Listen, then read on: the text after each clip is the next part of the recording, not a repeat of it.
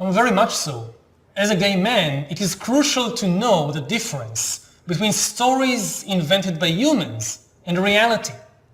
The same ability is also crucial for scientific research. When I was young, I was told that all boys are attracted to girls, and I believed that. It took me a long time to realize that this is just a story invented by humans, and that the reality is that some boys love other boys, and I happen to be one of them. It is a great wisdom to accept reality as it is, even if it contradicts the stories most people believe. Similarly, many people say that there is a great big man in the sky who gets very angry if two men love one another. But this is just another imaginary story people invented. If two men love one another and they don't harm anyone, what could possibly be wrong with that? No big man in the sky becomes angry about it.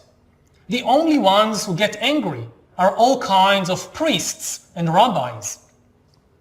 Scientific research is based on exactly the same insight. As a scientist, I constantly ask myself, what is reality? Forget all the stories people invented about the world. What is the truth about the world? As a gay man, I learned that if reality collides with the story people tell, it is best to believe reality. I think this lesson has made me a much better scientist. Science certainly helped me to accept my sexuality as it is. People often say that it is unnatural to be gay, that nature wanted males to love females and females to love males, and gay people break the laws of nature. Scientific research taught me that this is utter nonsense. There is just no such thing as unnatural behavior. Anything that exists is by definition also natural. People just can't break the laws of nature. The laws of nature are not like traffic laws. With traffic laws, the government says that you cannot drive more than 100 kilometers per hour. And then people break the law and drive 120 kilometers per hour, and a traffic policeman stops them and gives them a ticket. The laws of nature say that you cannot move faster than the speed of light. That does not mean that if you drive at twice the speed of light, a galactic traffic policeman will stop you and give you a ticket. It is just impossible to do it. If you somehow succeed in driving faster than the speed of light, it just means that we probably don't understand the true laws of nature, and that in certain situations it is very natural to move faster than light. If something exists, it's by definition natural. If two women love each other, it means that this is natural, that no law of nature prohibits it. And the fact is that homosexuality is quite common among many animals, not just among humans. For example, among our closest relatives in nature, the chimpanzees, homosexual behavior is quite common.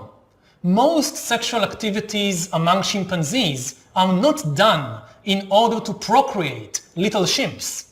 Rather, chimpanzees use sex to cement political alliances, to establish intimacy, and to diffuse tensions. Is there anything unnatural about it? The idea that sex exists only for the purpose of procreation is complete nonsense, invented by priests and rabbis. In truth, our concepts natural and unnatural are not taken from biology, they are taken from Christian theology.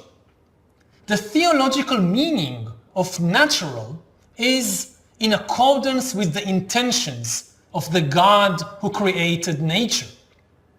Christian theologians argued that God created the human body, intending each limb and organ to serve a particular purpose.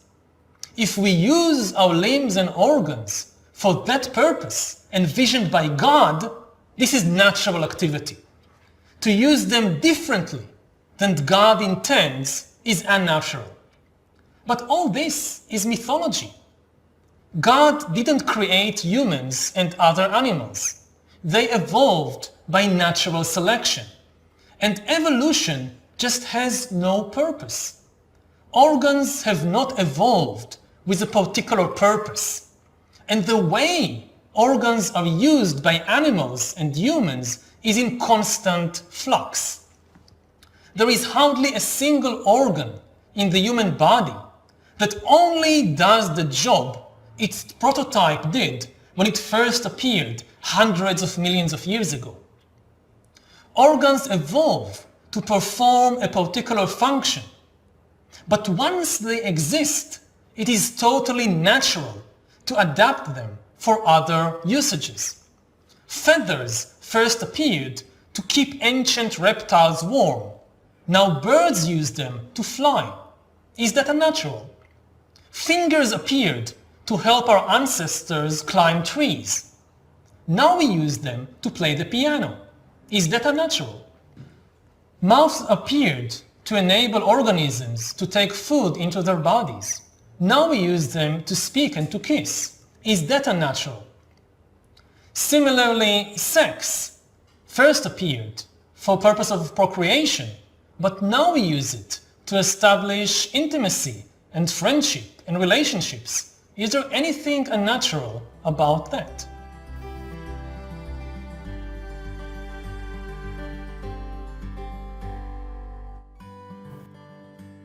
Well, throughout history, nudity killed very few people, but religious fanaticism killed millions.